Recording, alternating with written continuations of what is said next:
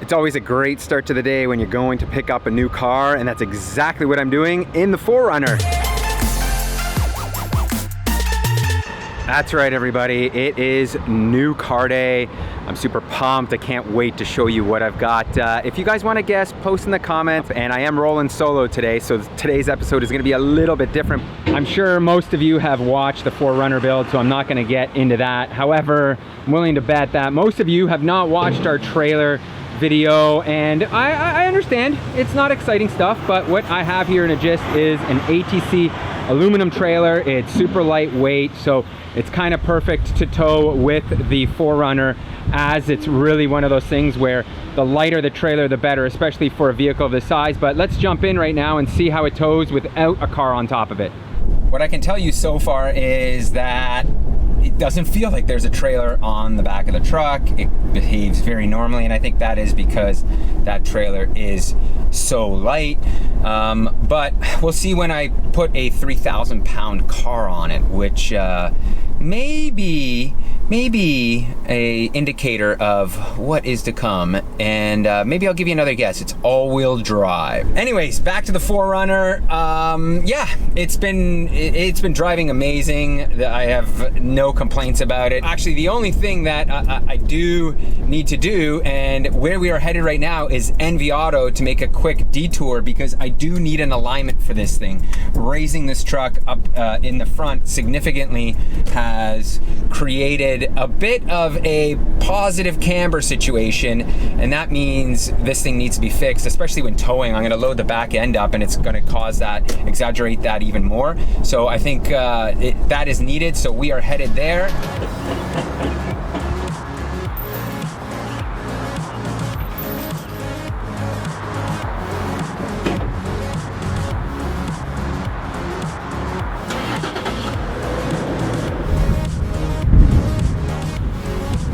And here we are at NV Auto. 4Runner is up on the lift. Nam, so what do you think? Is this going to be an easy job here, or did I bring you a problematic vehicle? Everything you brought me is problematic. Is always problematic? Well, you know what? The comments everyone was saying, these things are super, super rusty, so we're either going to prove them wrong with seized up suspension components here, or as I said, it's all just surface rust.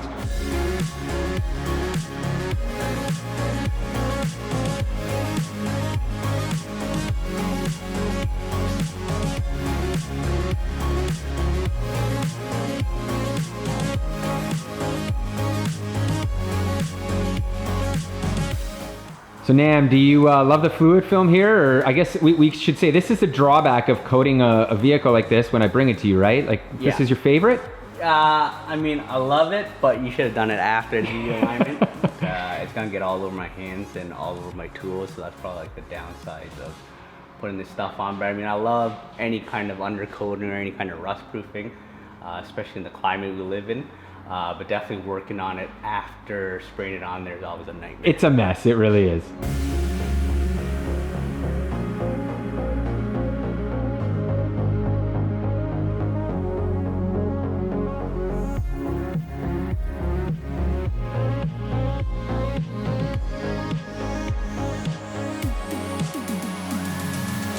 All right, so we weren't able to get the camber to where the factory specs wanted. It wanted a little bit of negative camber.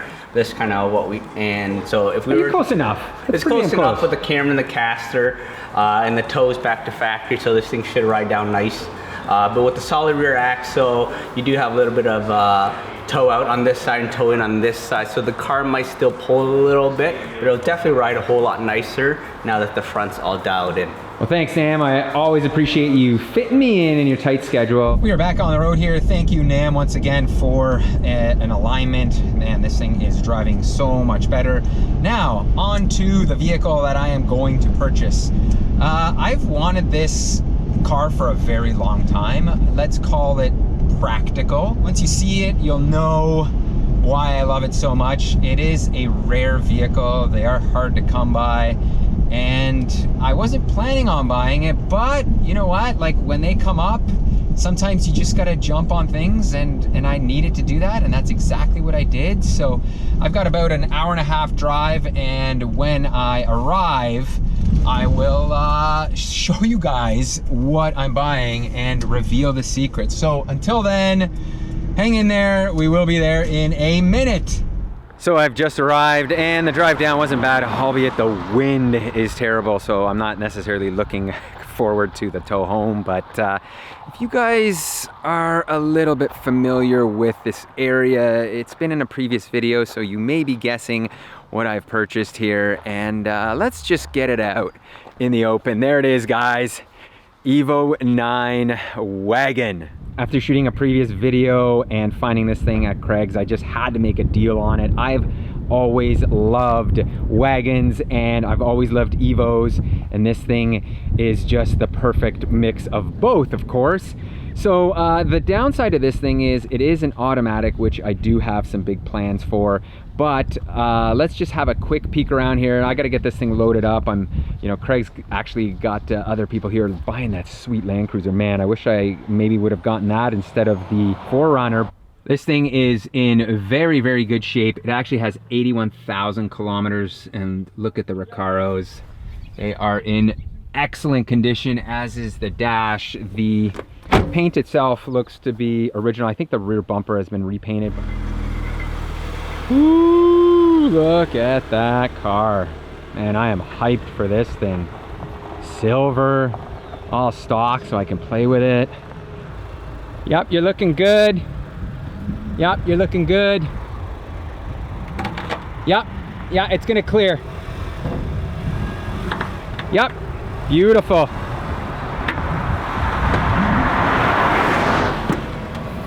There you go.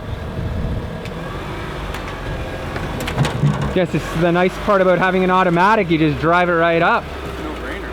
Ha!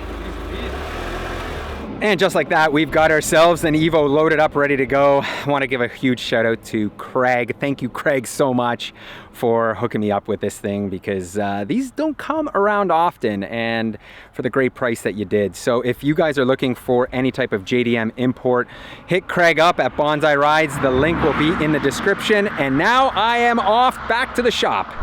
Want to give you guys a quick update here. The 4Runner is towing the Evo and trailer exceptionally well. I'm doing them anywhere between 65-ish and 70 miles an hour, so 110, 120 kilometers an hour. It's not getting great gas mileage. It's getting about 18.5 liters for 100 kilometers, which I think averages out to, man, just under 13 miles per gallon, around there, 12, 13 miles per gallon. So, but I expected that. I am experiencing a bit of a shake at times at certain speeds with the trailer towing. Right now you can see that there's no shake in the wheel, but there was a bit of a hill climb where I think I had a bit of a shake. I don't know if that's just the front end getting a little loose or what. I can feel a little bit of shake through the seats. So if you guys have suggestions as to what that is, or if that's just a byproduct of towing with the 4Runner, because it is a smaller chassis. Like the Tundra handles a tow like this much better. So yeah, let me know in the comments. But otherwise, I'm just chugging along here, and things seem to be going well. So I've got the brake controller hooked up as well, the one that I've showed you multiple times from Kurt. That works well. It kind of just like alleviates that load in the back with the trailer doing the braking as well. So it's very, very nice to have. And just like that, I am back at the shop, and overall the tow was pretty good. As I said, that vibration I think is just a chassis thing. I hit a smooth piece of road and it kind of went away, and I found that it was certainly beeping. You pile of shit. All right, well, I'm gonna talk to this camera because that one just died. So to summarize, it wasn't a bad tow. I think the vibration coming through the chassis is just a normal thing over bumpy roads, because I did hit a patch of highway that was very, very nice and smooth and new, and it wasn't there. So I think that's it. Maybe my tongue weight is a little off because I can see that the trailer is a little nose heavy, so that could also be it. I got 16.9 liters for 100 kilometers, which is around 14 miles per gallon. So not terrible for that tow. It was a little windy. It's got some up and down hills. So, but all in all, it's a good vehicle to tow with. I'm happy. This was kind of like one of the heavier cars that I would assume we'd be towing. So I think this thing will be a good towing vehicle for many, many years to come. Now it's time to unload this Evo, and then I can show you it in more detail.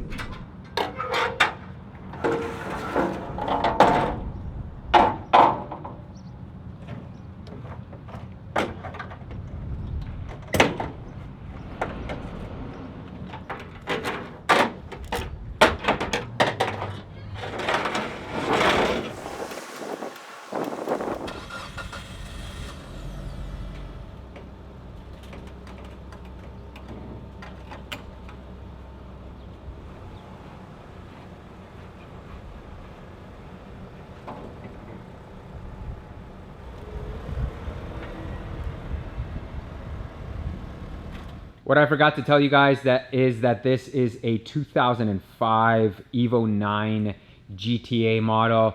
These are now just becoming importable into Canada, which is great. And how I was able to score it, it's got your typical fade on the wind deflectors, which kind of sucks. And somebody added this chrome onto the pillars here. You can see it's coming off here. So I'm definitely gonna delete that. Otherwise, it looks pretty much stock. Like, it doesn't look like it's been modified, although it does have this here, Swift springs, and I had a quick peek and it doesn't look like it's on Swift springs. It looks like it's not lowered at all. So who knows, maybe there have been some mods done here previously. One thing I've always loved about the Evo 9s is the rear bumper. It's just so JDM spec with that rear diffuser. It looks super cool. You can see it's got the original exhaust, and again, that is like such a nice tip, and the muffler underneath. It's hard to see, but it's also very, very cool looking. Now let's open up the trunk area here. Oh, well, might need some new struts there. You can see here, that looks to be an opening for her suspension adjustment, which is a sign of mods. And up here, there was probably a strut tower brace. So it does look like this car has been modified a tad. The interior is a very standard Evo 9 spec. I do love the steering wheels. These are like one of my favorite steering wheels of all time on these Evos. This car is equipped with ACD, as you can see right there. I'm not sure if it has AYC. I don't think it is because it's an automatic. Actually, here's a quick tidbit. There was only 2,500 of these produced worldwide. So these are actually quite rare in terms of a volume number. Here's where things get a little bit interesting in the engine bay. These GTAs, because they're automatics, I think they make 276 horsepower, where the Evo 9 should be making 290 in Japan. They also do not have MyVec.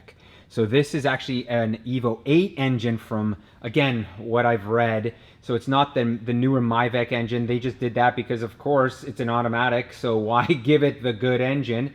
But let's take this thing for a ride and see how it feels. Here we go.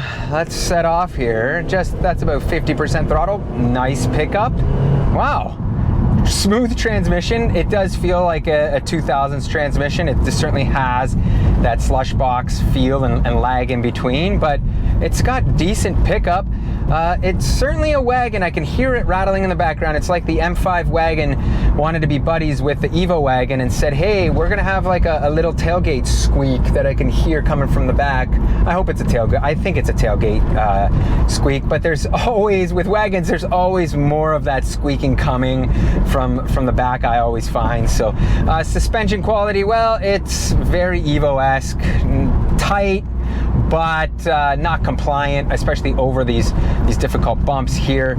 Steering, man, it feels like an Evo, nice and tight. That's one of the huge advantages, or one of the strengths of these Evos, is how tight the gearbox or the steering ratio is, and steering, I've always really liked it. There is some play right here in the steering wheel, which is a little concerning. Probably means it hasn't been bolted on correctly. So you never know. The steering wheel is also pretty crooked, which I I'm pretty sure this thing had coilovers on it, so it's pretty low. And now that it's got the stock suspension, when it was put up for sale, has like tweaked the alignment and screwed all that stuff up. But it seems to track straight. I think these these automatics did come with smaller turbos than the manuals. So I can tell it does have a lot of like surge off the line. It feels very peppy, but it does lack that kind of top end power. I'll give you guys a quick pull here to show you what I mean. All right, let's go. Yeah, see, it's not bad. Honestly, it feels like it's making 276 horsepower. Oh, the brakes are gonna need some work. It's probably been a while since they've been used properly. So it does make good power. I can tell the engine is pretty healthy. That's what I've always loved about these vehicles with stock turbos. They get up and go very nicely stock, and then with a couple of bolt-ons and some extra boost at them, they're very, very nice. So let me floor this thing again for you guys. Yeah, look at that. Oh yeah. Man, moves good. Moves good. I like it. So what do I have in store for this car? Well, first of all, it is going at the back of the shop for the time being until we get through some other projects like the GTR and the Supra and some other ones. But my ultimate goal with this thing is to do a left-hand drive conversion and do a full MyVec swap. What I want to do is buy a crashed Evo 9 and then swap everything over into this one. I know some of you may be thinking, like, why not just put a 6-speed into the right-hand drive? I want a left-hand drive one, and with the ability to have one, because I could just, like I said, take everything and swap it over into this thing, I think that's the way to go.